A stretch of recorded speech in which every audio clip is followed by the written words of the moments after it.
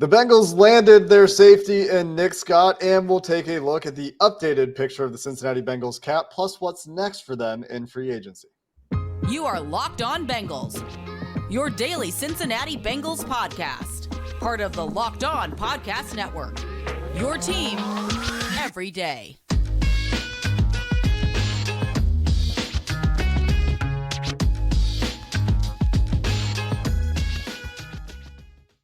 What up, Bengals fans, and welcome to another episode of the Locked On Bengals podcast. I'm your host, Jake Lisco. He's your host, James Rapine. We're part of the Locked On Podcast Network, and you can subscribe to our podcast on YouTube. You can follow it anywhere you get your podcast and get notified when we upload our content, so you can join that first listen club. Today's episode of Locked On Bengals brought to you by Ultimate Football GM. You can download the game in the App Store or at ultimate-gm.com and get a 100% free boost to your franchise using promo code Locked On in all caps in the game. And James, over the weekend, the Bengals landed their safety. They talked to both Nick Scott and Taylor Rapp, former safeties, current free agent for Taylor Rapp of the Los Angeles Rams, and they signed one. Nick Scott deal came to fruition after a little bit of hand-wringing. I was checking out at the grocery store this time, James. Wasn't home to keep that going. Yeah. Nope. Next one of those will be Tuesday night. So, we'll see.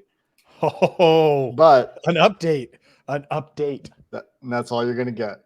But the Bengals find their safety. 3 years, $12 million for Nick Scott. So an average of about $4 million, of exactly $4 million per year. First year cap hit, once again, minimized. A near league minimum salary for Nick Scott in the first year to go with a $3 million signing bonus. So he will take home north of around $4.5 million is what his take home will be for year one. The cap hit will be around $2.5 million, I believe, give or take. And so we can talk a little bit about the salary cap later, but this does continue the trend. The reason I'm pointing this out of the Bengals pushing cap hits into future years this offseason as they continue to mitigate and reduce the cap hits for 2023. Good. Leave as much room, and we'll get to the cap hit part of it later, as much room for as many players that we can talk about in this episode and other episodes, and hopefully bonus episodes after Jake's update or maybe another grocery store run. That said, I like the signing, and I don't know about you, what your initial thought was. I know there was some Chauncey Gardner-Johnson love, some movement on social media. I don't really think they were swimming in those waters at safety, and just the more I learn about Scott, whether it's his athleticism, it feels like he's an ascending player on a second contract. He just sort of fits the bill of how the Bengals have gotten it right, how they got it right with Von Bell, how they got it right with all of these free agents. Second contract, ascending player coming from a winning team. I get it. The Rams didn't win last year. I don't need to tell you about their history of winning prior to last year. I think that this was a good get by the Bengals. And yeah, they got cheaper at safety. They were going to have to, because the wide receiver room, that's going to get more expensive. The quarterback room is getting a hell of a lot more expensive in the near future. And so when you're spending that money, you're going to have to cut the expenses a bit in other areas. And so getting cheaper at safety, that was something they were going to do. It stinks losing Von Bell, but I like Nick Scott, and I'm excited to see him in stripes. Yeah, I like the Nick Scott signing well enough. I do think it represents a clear downgrade generally in terms of the safety position. I think that that's something that you kind of expected with Jesse Bates' departure, but we'll see with Dax Hill, right? Maybe Dax Hill steps in and they don't miss a beat. Maybe Nick Scott steps in, steps up, has a career year, takes that ascending path that you're talking about, James, and continues to play at a high level coming off his first year starting for the Rams, and he turns into a payday. I like that they add athleticism at the safety position, right? They get more athletic at that spot, at least in terms of athletic testing numbers from the combine, and we can show those on the screen if you're watching on YouTube. If you're not watching on YouTube, the current projected safeties for the Cincinnati Bengals in 2023 are Dax Hill and Nick Scott. Those guys have a relative athletic score, respectively, of 9.03 for Dax Hill. That means he's a 90th percentile athlete, and 9.21 for Nick Scott, which makes him a 92nd percentile athlete. Both of those guys testing really well going back to the combine. So one of the big things to like about this is that they're much more athletic. at the safety position. And if you're watching on YouTube, you can see these, but the 40-yard dash for both guys, 4.38, 4.45, respectively for Hill and Scott, and pretty good jumps for Nick Scott, really good agility for Dax Hill, adequate agility testing for Nick Scott. But then you go and you compare it to what they had in Jesse Bates and Von Bell. And I don't think anyone would say that Jesse Bates was a poor athlete or anything like that, but he didn't test as well as either of these guys. He was a 73rd percentile athlete, ran that 4.5 40, really good 3-cone, but everything else was, above average. For Jesse Bates, Von Bell, never thought of as a great athlete, was a slightly below average athlete by RAS, a 47th percentile athlete or so when you look at his 40-yard dash, his vertical, his height, weight, and his bench. So you get younger by virtue of Dax Hill stepping in and starting. Nick Scott just about a half year younger than Von Bell. And you get more athletic at the position. That's something that you've really got to like. You've got a couple of guys who could be very versatile. Nick Scott projects to be pretty versatile. I've seen a lot of people talking about him, though, James, as the direct Von Bell replacement. And I think we need to wait and see there. He's a guy that you could project to play more in the box than you did for the Rams. But if you look at what he did for the Rams in the game, certainly that I watched with Nick Scott, was he was playing high safety the entire game. Now, given this is against the Chiefs where teams are tending to prioritize the pass, and maybe you're not going to get as variable with those safeties. But the other thing that stood out to me with Nick Scott is that he has one career blitzing snap, according to PFF. And the Bengals blitz their safeties. Last year, Von Bell had 38 pass rushing reps. Jesse Bates had 18 pass rushing reps. So that's something that he'll have to get used to. I think, even looking at the split for in-box versus playing high pre-snap, he probably will need to get used to playing in the box a little bit more. So it will be interesting to see how Luanarumo plans to use his skill set. And really good coming off the roof as a run defender, as Mike Santagata will tell you when we talk to him about Nick Scott. Good speed, good closing speed, good speed in the secondary, good sideline to sideline range. I saw a little bit of issue with him changing direction, looked a little bit stiff. He is a safety after all, but it'll be interesting to see how these guys are used, right? Dax Hill, we know, is an ultimate Swiss Army knife in the secondary. And so how does Nick Scott fit into that? That's the puzzle that Luanarumo gets to put together as these guys get into the off-season program and into training camp. And that's the beauty of keeping Luanarumo. I don't want to hear about, Luanarumo was all in on Dax. He was their highest player on their board last year. He loved the pick. He's really excited about it, right? So there's one of Lou's guys. The other one is Nick Scott.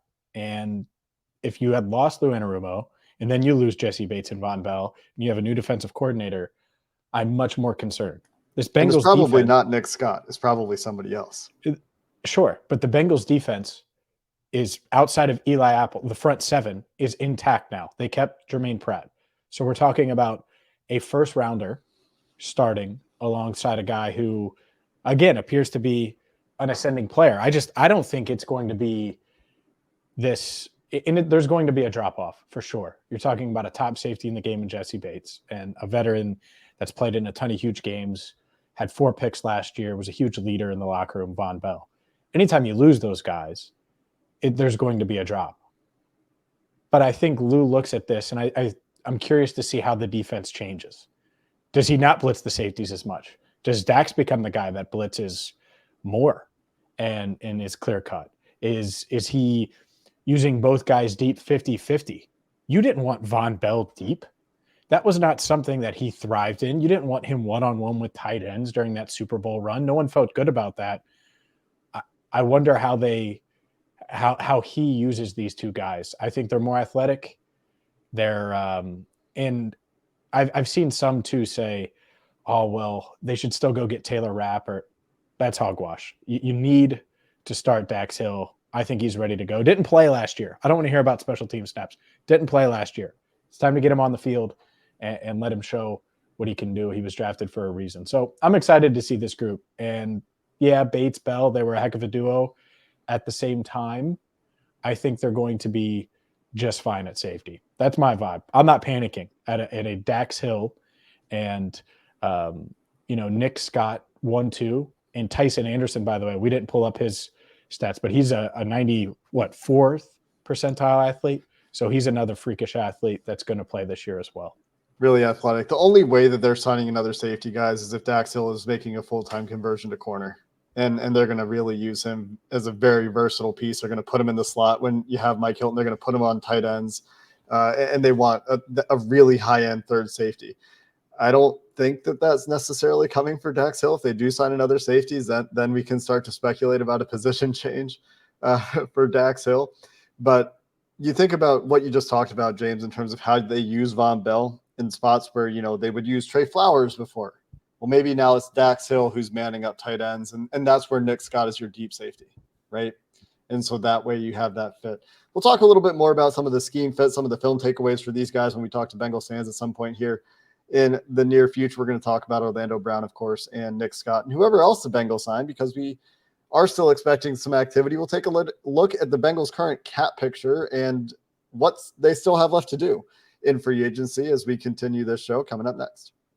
Today's show is brought to you by Ultimate Football GM. We've talked about this mobile game app for quite some time. If you've ever dreamt about being an NFL GM, well, you need to get Ultimate Football GM. And whether it's hiring and firing coaches, whether it's navigating the finances of the safety room or free agency, the draft, you can do all of those things with Ultimate Football GM in a realistic environment, a challenging game world. Ultimate Football GM is completely free and playable offline, so you can play as you go, regardless of service, even if you're taking a flight to, I don't know, Canada to visit Jake Lisco and maybe hang out with him before his date on Tuesday. Locked On Bengals listeners get a 100% free boost to their franchise when using the promo code Locked On in all capitals in the game store. That's promo code Locked On in all caps. So make sure you check it out today, or you could go to ultimate-gm.com. Again, ultimate-gm.com or the App Store, Ultimate Football GM. Start your dynasty today. Let's talk about cap space, shall we? We don't have full cap figures for Cody Ford's contract. That is still totally unreported. I can't imagine it's much more than a veteran minimum deal, so the cap impact should be pretty minimal there. We're talking maybe $300,000 due to offsets in the way that cap accounting works. But currently, you go to overthecap.com, it'll tell you that the Bengals have $17.5 million of cap space. Current cap space figures tend to lie, James, which is why I'm very critical of the way that they tend to be reported. They don't represent the moves that teams are likely to make, such as the Chiefs restructuring part of Patrick Mahomes' deal, such as the Chiefs releasing Frank Clark, such as the Bengals expected to do something with that Joe Mixon contract, potentially do something with Jonah Williams, potentially do something with Brandon Wilson, who, by the way, is still on the books for $2 million in 2023. And it's kind of hard to see the roster spot for Brandon Williams and them carrying that $2 million cap hit all the way to Brandon Wilson, and carrying that cap hit all the way to camp if they choose to use it somewhere else. So you have to subtract from that 17 point whatever I said, $17.5 million, a couple $100,000, which will end up being close to $1.8 million to include 53 players, because the Bengals don't care about top 51 rules. So the practical cap space is really $15.8 million. Then you have to subtract another about $5.5 million for rookies and for the practice squad. Yes, the practice squad has cap hits. And that leaves them at about $10 million or so. Subtract another couple $100,000 for the likely Cody Ford cap hit. That leaves them just south of $10 million in actual cap space, practical cap space at this point in the offseason. That number could become $16.8 million if they choose to cut Joe Mixon. Could get even bigger. Could get all the way up to about $30 million, $29.5 million if they do find a trade partner for Jonah Williams. Of course, you only do those things if you have plans for that money, whether that's extensions, whether that's external free agents, which we will talk about, tight end, corner, running back. But that's the current Bengals cap situation. And some of the things they can do if they choose to increase their cap space without doing any of the restructure stuff. That doesn't even get into restructures, of course. I think I mentioned they could get another $16 million or so if they did choose to max restructure all the guys that they would potentially restructure, but that's not in their blood. So practically speaking, $9.5 million of 2023 cap space with the potential with the Joe Mixon cut or Jonah Williams trade to get to even bigger numbers. Mixon, we were messaging this morning, and it cannot happen. I don't care if every free agent running back decides to go play in the NBA. I don't care if this loaded running back class decides they're all going to join the XFL on max contracts, which they don't have in the XFL, by the way. At least I don't think so. Max deals. I do not care. You cannot bring back Joe Mixon at $12.7 million at a $12.7 million cap hit. And so hopefully that one happens. And whether that's renegotiation, pay cut, whatever it is. This isn't an anti-Joe Mixon thing where I'm just thinking he's a horrible player. I don't think that. I think he's a good player. That's just not worth anywhere close to what the cap hit is that he's bringing. And so that's one. The Jonah Williams thing is really interesting. I think the Bengals, they're like, yeah, he's playing right tackle. I still feel that way. Now, Ian Rappaport reported on Friday that a deal could happen soon. It just doesn't. If I think a third rounder is okay for it, the Bengals are probably thinking a 2. Like, they always have high value on their guys, especially if they're penciling him in and kind of sharpieing him in, I think, in their head with what they're paying him, $12.6 million as their starting right tackle. I think that's the more and more I think about it, I just don't know if a team is going to come calling and give them the capital that they would want. Maybe it happens, but the Joe Mixon's one they can control. And I wouldn't give Jonah away either. Joe Mixon, if you're not willing to take a pay cut, I would certainly move on, because there are a lot of guys, even still, as weird as this free agent market is, I think there are a lot of guys that can give you 80% of what Mixon can for 20% of the cap hit, maybe even less of a cap hit, which would obviously give you flexibility to explore tight end, cornerback, all these other positions that we'll talk about. Might be 25% of the cap hit too. And they don't save the entire cap hit. If they cut them, they save, what is it, 7.2 or 7.8? Yeah, 7. and you have $5 million in debt. Yeah. So they save 7.6 is the net cap savings if they release them. The Mixon thing, man, I mean, we've talked about it a lot. It's why I'm generally never going to be in favor of second contracts for running backs. He's one of 6 running backs in the NFL. Sorry, one of 7 running backs in the NFL on a multi-year deal who's making more than $10 million per year. The other 3 running backs in the NFL making more than $10 million this year: Tony Pollard, Josh Jacobs, and Saquon Barkley. All of those guys are on the franchise tag. And of Christian McCaffrey, Alvin Kamara, Dalvin Cook, Derrick Henry, Nick Chubb, Joe Mixon, and Aaron Jones, how many of those teams do you think are happy with those contracts right now? 2? Maybe 3. Maybe the Vikings are still happy with Dalvin Cook. The 49ers traded for Christian McCaffrey. They know what they were getting there, and the Browns are happy with Nick Chubb. The Titans are trying to trade. Chubb's a Derrick great Henry. value, honestly. Yeah, the Titans are trying to trade Derrick Henry. Aaron Jones just took a pay cut. Alvin Kamara, I mean, you think the Saints are happy with $15 million? I mean, Alvin Kamara is a great player. You think the Saints are happy with having Alvin Kamara for $15 million against their cap or average per year? Because he's not that anymore. He hasn't played like that. So, and the team isn't that anymore. Like, you're just well, not in a place they where think they are. They think they are. Well, that's a different That's why they're in on Foster Moreau. They're like, hey, come win a Lombardi. We will have to talk. We will have to talk about Foster Moreau. On the Jonah Williams front, though, I think I also agree with you. The other really challenging factor for the Bengals, if they are trying to trade Jonah Williams, is look around the NFL left tackles and try to find the landing spot that makes sense. It's kind of challenging. I mentioned the Bears last time we talked. Turned out they had a 5th-round rookie left tackle who played really well for them last year. So, Man, wouldn't it be great to have a 5th-round rookie left tackle come play really well? But the Bears probably it would not be. Right tackle, yes. Left tackle, right tackle. Right tackle now. I'm saying like historic, like last year. No doubt. You have a 5th round anything on your offensive line come in and be like, okay, this is our starter for the next 4 years. I guess they kind of got that in Cordell Volson, but they did. I mean, he has some room to grow. Anyway, point is, it's hard to find a landing spot for Jonah in addition to some of the other complications. So like you talked about, where the Bengals just value him and want to have him be their right tackle. So you got to find a trade partner. You got to have a replacement if you're the Bengals. So maybe it's a draft day trade, or maybe it's a training camp trade. Maybe they feel good about someone else at right tackle. And at that point, they say, oh, somebody went down. Somebody needs a tackle. Somebody's going to trade us a player that we want or a pick that we want in the future for Jonah Williams.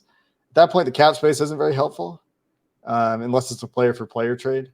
Restructure, or not a restructure. That could help with like a team. Could help an extension. Yeah. Yes. And that's the thing with all of this stuff is there's no reason to make these moves if they're not going to use that money somewhere else, i.e. an extension, or on one of these external free agents that we're about to talk about, James, including Foster Moreau, to finish the show here coming up next. Today's show also brought to you by FanDuel, America's #1 sports book. And the tournament is heating up, which means it's the perfect time to download FanDuel. Did you see Xavier? Oh, you were scared a few days ago. Xavier making it to the Sweet 16. Shout out to them, the last Ohio team remaining. And new customers with FanDuel get a no-sweat first bet up to $1,000 in bonus bets back if your first bet doesn't win. Just download the FanDuel Sportsbook app. It's safe, secure, super easy to use, and start wagering today. FanDuel even lets you combine your bets for a chance at an even bigger payout with a same-game parlay. So maybe you're wanting to get in on some NBA action. Maybe you want to get in on some tournament action. You can do all of those things right now. Maybe you're looking ahead to the draft. You can do that as well with FanDuel. Don't miss the chance to get your no-sweat first bet up to $1,000 in bonus bets when you go to FanDuel.com/lockedon. That's FanDuel.com/lockedon to learn more. Make every moment more with FanDuel, an official sports betting partner of the NBA. I've been home all day, James, on Sunday as we record this. We're recording this episode. It's currently about 6:40 Eastern time. So if the Bengals are going to make a move on Sunday, it's going to be in a few hours when either I leave or we're done recording. That has been their trend. Yep. And if that keeps up, after about 9 p.m. Eastern on Monday, Tuesday, and Thursday this week, those are other opportunities for the Bengals to go sign some guys. But let's talk about some of those guys still out there, James. Foster Moreau had a visit, went down to New Orleans for a visit as well. Could talk about some running backs, could talk about some corners, Eli Apple, potentially. Where do you want to start here? Probably on the tight end, I assume. Well, yeah, let's talk about Foster Moreau because he was in town on Friday. And it's interesting because he visited. Joe Burrow was in New York, and they were teammates together at LSU. Not sure where Jamar Chase was. I'm assuming he wasn't at Paycor Stadium, giving his spiel to Foster Moreau to come to Cincinnati. So interesting there. Maybe they've reached out since. But then he visited the Saints. And I just said the LSU connection. They're returning to Louisiana, reuniting with Derek Carr, who he was obviously teammates with for 4 years in Las Vegas. I think it's interesting that it might be down to these two teams. Maybe there's a sneaky third team in there. But to me, and maybe it's the orange and black glasses, if I'm a 25-year-old tight end, I know where I want to go. Now, that's if everything's equal. If the Saints are offering more, that was a hell of an environment that they had at the Superdome. And I was like, man, that would be fun to play there, no doubt. So I think it's interesting, but to me, this would be a huge get because it would clear up, it would open up the draft for the Bengals. Because right now, tight end is their biggest need. I guess right tackle, but they have Jonah Williams in there now, in their head. Who's their tight end? It's Devin Asiasi, who, all right. So they had Ethan Carter in for a visit as well. That's a special teamer. That's not going to make you feel good about tight end. So to me, getting a guy like Moreau, getting another veteran, one of these other guys. I know Dalton Schultz is still out there, still feels unrealistic. I'll mention him just because. But getting a Moreau could be a long-term solution to one of those tight end spots. I still think they would draft one regardless. Cameron Brate got released. Could they go after him? Nope. He's a stopgap. I don't want 32-year-old stopgap when you could get Foster Moreau, who could be good through age 28 and be good really for the rest of Orlando Brown's contract, essentially, just to give you an idea if you could sign him to 3 years or 4 years or something like that. And I think 3 would make sense for both sides. Maybe Dalton Schultz is in play.